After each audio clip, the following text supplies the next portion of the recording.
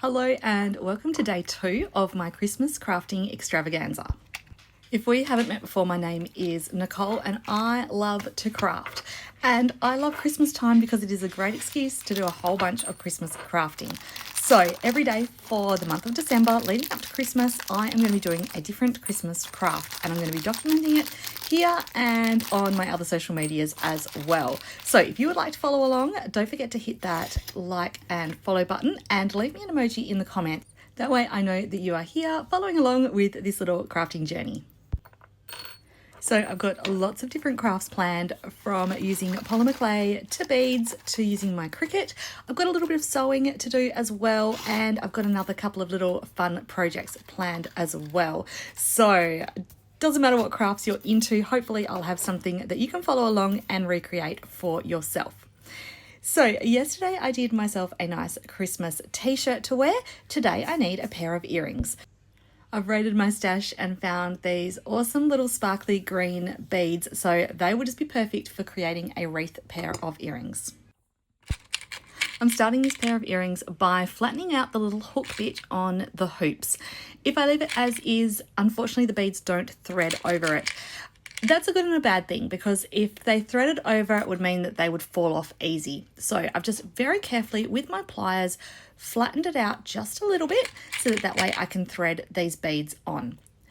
Now, I'm not doing any particular pattern. I thought I would just do them random. There's a couple of different shades of green plus the whitey silvery sort of style in here as well. And I just really like that color combination. So I'm just randomly threading them on. I'm going to thread them the majority of the way around the circle. Not all the way. I am just going to leave a little tiny gap at the top. I need to make sure that I've got room to bend that little end piece back up, and I also need to make sure that there's space to be able to hold onto it to be able to close the earring. Otherwise we're going to get in all sorts of trouble if I can't get it closed up. So this style of hoop is designed to actually thread through your ear and then you hook the little bit around, but we're going to use it slightly differently. So now that I've threaded the beads on, I'm going to bring that little piece back up again. And as I mentioned before, just doing it really gently and really slowly because we don't want to snap it. So just bringing it up so that we can now hook it back in, just like that. So that's how you would hook it in if you wore it as an earring. But I actually want to close it up so that it's now just one big circular loop. So I'm just going to squeeze on that little bit extra just to make sure that it has closed up.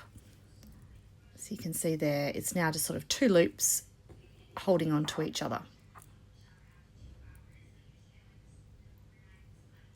I'm just trying to give it a little bit of extra squeeze just to make sure that it is nice and secure before we add on our next couple of bits.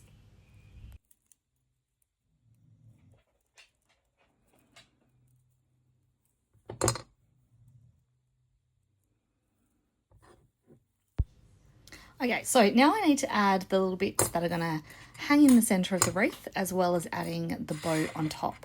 So I've chosen some little red bells here.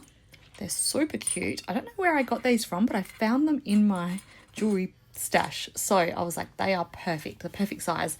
And they make just a little sound as well, which will just be super cute as they move whilst I'm wearing them.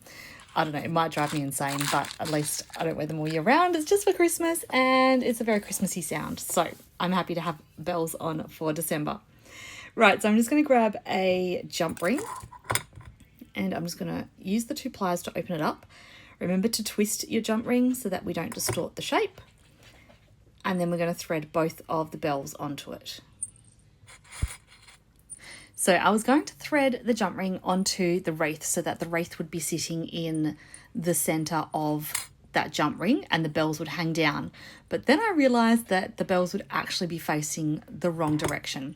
So I'm just closing up the jump ring so that they're just sitting on there like that. And then I'm going to grab an extra jump ring. Again, I'm going to just open that one up, twisting sideways. And then I'm going to thread that onto, or thread the wreath onto that, and then add my bow whilst I'm at it. So the wreath is sitting in the center of that jump ring, so it's going to have some movement, and that's fine because the jump ring is smaller than the beads, so it's not going to spin around completely. It's only going to be able to move slightly within that section that has no beads. And then just going to add the little bells onto the underneath. So there we go. So that was a bit of a quick look, but this is how it's sort of sitting at the moment. So we've got the bells with the bow above, and then now I just need to add my earring posts onto the top. Now I was thinking about doing a hook, but I think that the hooks will make it hang too low because the circle itself is already a 40mm circle. So I don't really want it to hang too low or it's going to start hitting my shoulder. So just added a little stud topper there, and there we go. So I made up the second one here. So I have my lovely wreath pair of earrings to wear for this Christmas. I hope you enjoyed following along with this little craft. Very simple, very cute, and very easy. Not so easy to get them to sit on my hand nicely though, I will admit, but I'm trying my hardest to get you guys to see them properly. Just sit right, goodness me. Right, there we go. Hope you've enjoyed this craft, and I will be back tomorrow and the day after and for the rest of December with some other little crafts. So thanks again for joining me, and I shall see you tomorrow. Bye.